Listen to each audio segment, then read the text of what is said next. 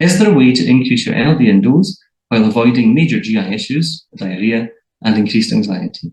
How can this all be mitigated and their issues caused by fillers? So, in some patients, when they take LDN orally, they have issues with their GI. And that can be because, in a similar way to when you have diarrhea, you would take what's basically an opiate medication, Imodium or loperamide, and that slows down gastric motility.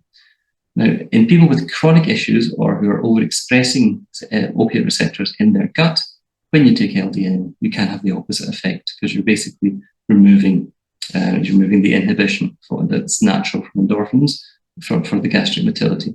So in that particular case, we'd probably suggest moving the patient to a sublingual preparation rather than an oral preparation, or indeed introducing a gastric motility assisting agent, something like a fibogel or a hyoscine during the period of time of increasing the dose so that they can get to a full dose and let those opiate receptors internalize or reduce or normalize, so that those symptoms aren't present.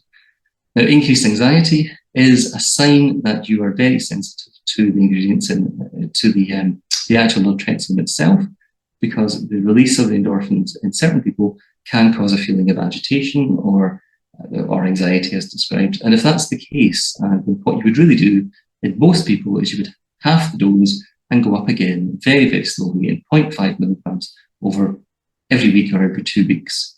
If you cannot get past 1.5, 2 milligrams, and without developing those symptoms, drop back down to the highest dose that you can take where those symptoms are not present.